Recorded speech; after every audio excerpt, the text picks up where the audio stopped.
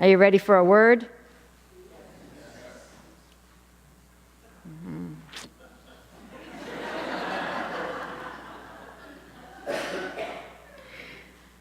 All right, I'll work with that. Okay.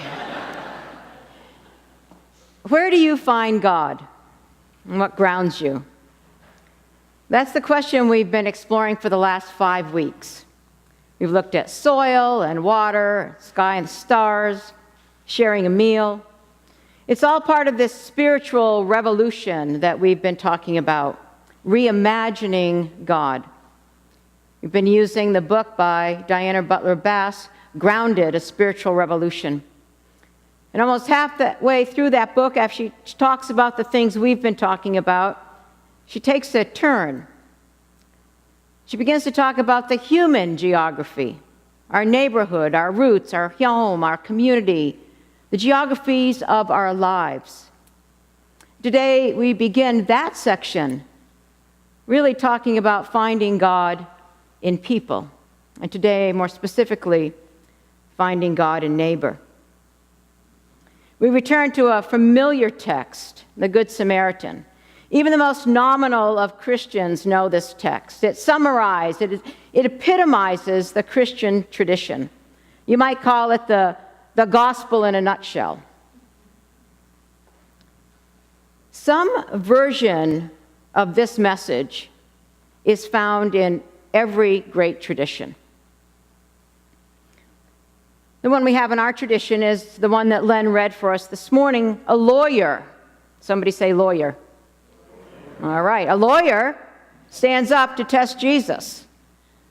What must I do to inherit eternal life, he says. Well, Jesus replies, you're a lawyer, so you know the law. What's the law? Well, the man said, love God with all your heart, soul, and mind, and love your neighbor as yourself. Jesus says, right on, you got it. But that wasn't enough. So did you notice? Next. But in order to what? To justify himself.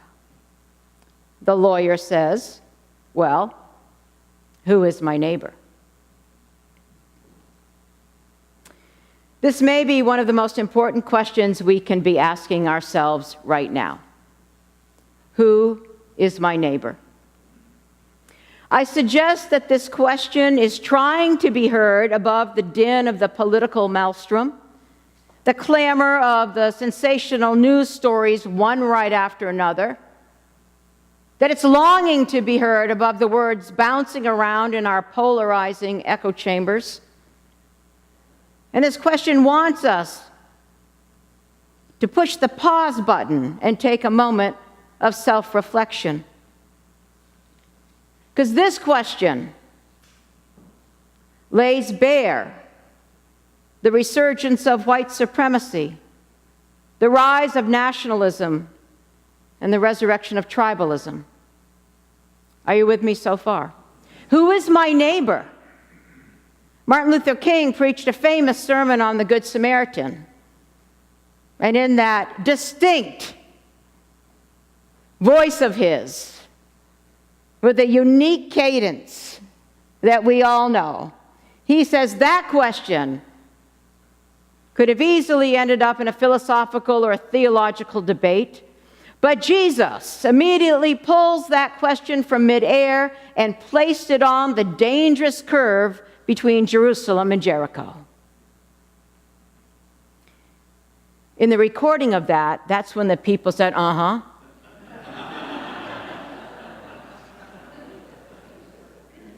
I'm getting cue cards, I swear. I'm getting cue cards. So I want to pull that question from the gospel text and place it right here in the middle of us in Silicon Valley, 2018. I want it writ large on bold letters across my voter guide.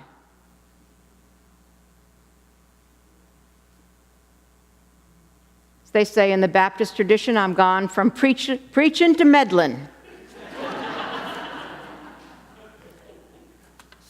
What if this was on every voter guide that came in the mail?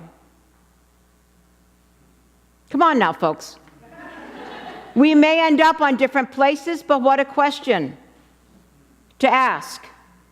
Who is my neighbor? I want that question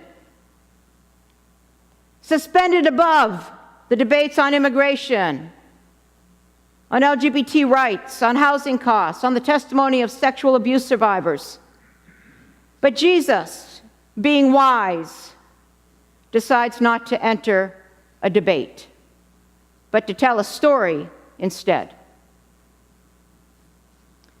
And that story, that parable, has been examined from every angle. Just take a quick moment and notice who passed by the injured man. Who was it? It was a priest and a Levite. Jesus takes on the most religious of his time. He wasn't afraid to point out what is often glaringly obvious, that the most religious are often the most excluded and exclusive. People have spent volumes. What caused the priest and the Levite not to stop? Who knows? Time, fear, insensitivity, complacency, religious exclusivity, danger. It was a dangerous road. It was a hazardous road. But let's face it. We all have our own reasons for not showing up when we could, don't we? Some of which I've just listed. And I don't know about you, but I am at my most brilliant when I rationalize for things I do not do. I mean, I'm brilliant at it. What I can come up with to rationalize why I don't do the right thing. But here's the point, the simple, clear, unadulterated point. The Samaritan stopped and helped someone in need. The Samaritan. Now, to our 21st century minds, that doesn't ring anything. Okay, the guy who helped. But to Jesus' conversation partner, it meant a whole world of things. The Samaritan was the other, the enemy, the them to the Jewish people at that time. And Jesus used the Samaritan as the example of who was a neighbor for shock value.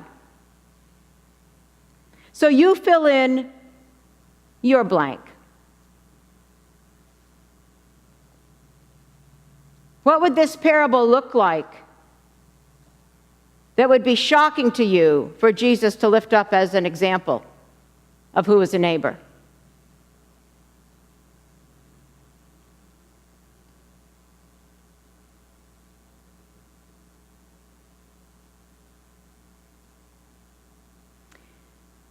And let's not even begin to pretend that in the political divides that we have in our nation right now, that every one of us in this room couldn't fill in that blank. Let me just ask, are you quiet because I'm speaking truth, or you just don't agree?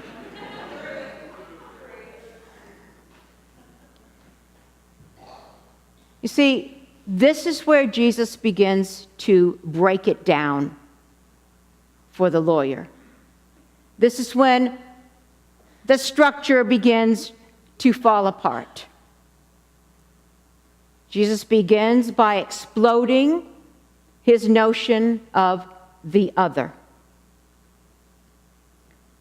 As Barbara Brown Taylor says, the hardest spiritual work is to love neighbor as self, to encounter another human being not as someone you can change, use, fix, help, save, enroll, convince, or control, but simply as someone who can spring you from the prison of yourself if you will allow it. See, Jesus makes it clear in this parable. Neighbor is not geographical. Neighbor is someone who can offer love to someone who needs kindness. That's pretty simple, isn't it?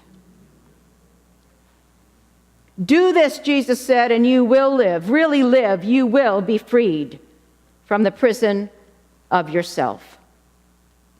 The question that haunts me and that I offer today is, can we find God in the other?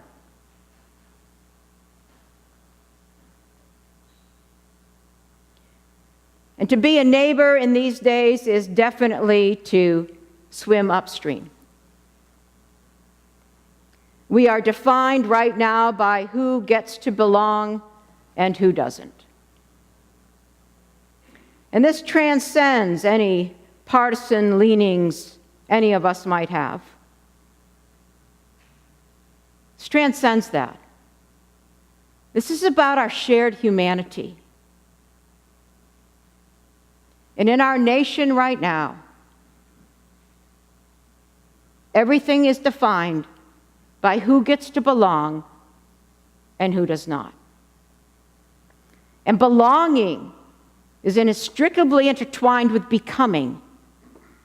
None of us, not one of us, can even begin to become our full selves without a sense of belonging. You are here today because you seek belonging.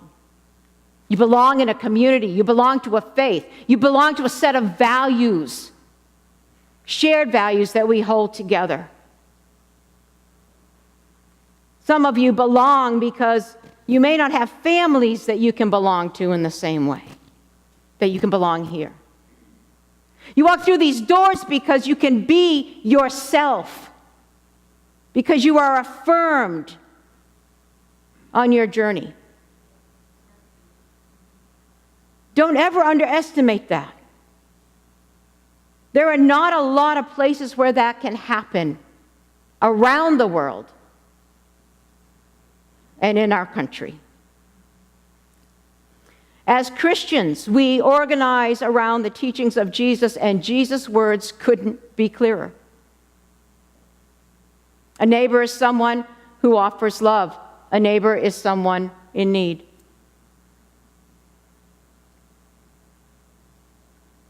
Howard Thurman, the great theologian, says, are you following Jesus is not the question. The question is, which Jesus?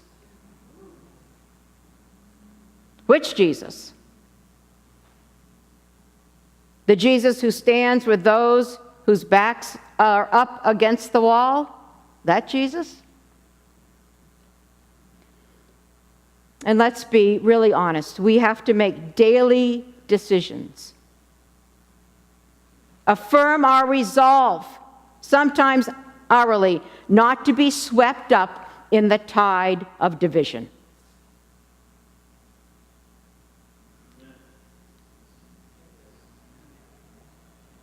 All I have to do is look in the mirror to know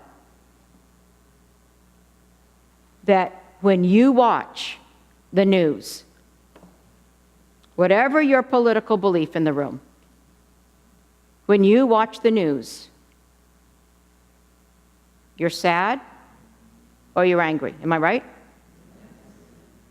And tell me, it is not easy. And I know some of you out there. I won't tell stories, but I know. Tell me it is not easy to get swept up in that spirit of division and other a certain group of people.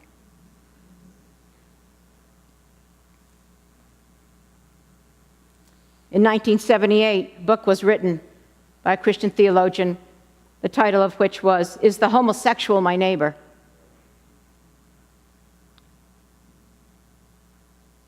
It had to be reprinted in 1994 because enough people weren't getting the message. So let me speak some truth here. Let me tell you what that feels like, to see that book on somebody's desk, a colleague's desk. Is the homosexual my neighbor? Because that colleague hadn't decided yet. Let me tell you what it feels like to have the church, capital C, not only asking that question then, but asking that question still. When in the mid-90s, people were dying.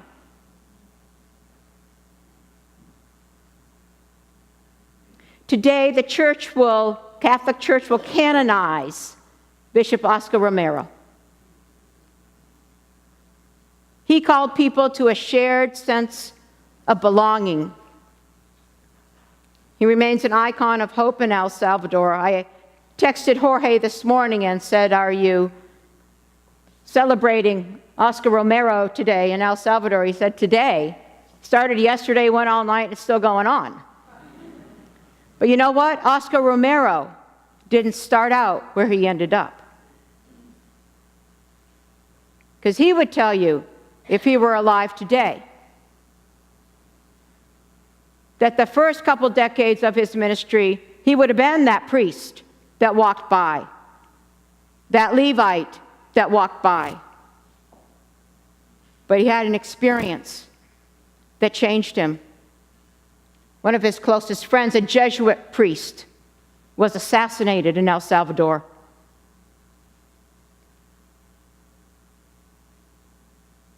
Romero said, when you assassinate or kill one priest, you kill us all, because he got the concept that the priest was his neighbor.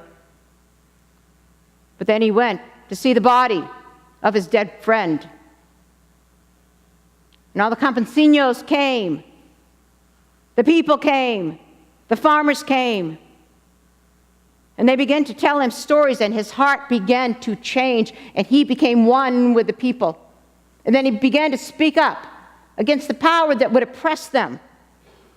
And he spoke up until he was assassinated while celebrating the Eucharist, because he spoke out against power that would oppress.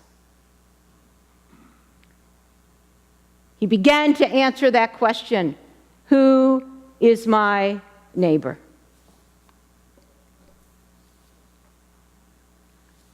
The last 2 weeks have been ground shifting in many ways. But I'm here today, yes, fired up, for sure. But to remind us of hope and resilience and courage, to spur us on to the tireless pursuit of justice and to lift us up in the power of community. We have all that in this moment if we are bold enough to answer the question, who is my neighbor? So, friends,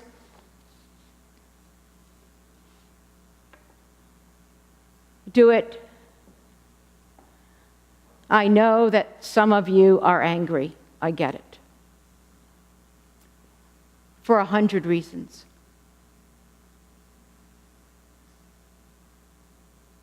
But the poet Adrian Rich says, anger and tenderness, my two selves. I have come to see them not as polarities, but as angels. And you may have heard me say it at a rally, but I'll say it again. Never be afraid to raise your fist in anger. But don't let that be alone. Join it with always a tender heart and a tenderness. Resist the dominant narratives that says who belongs and who doesn't. Resist that.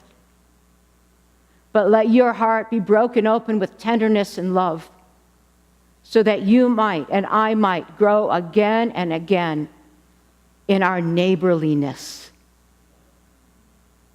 Love, compassion to those in need. It doesn't get any more simple than that.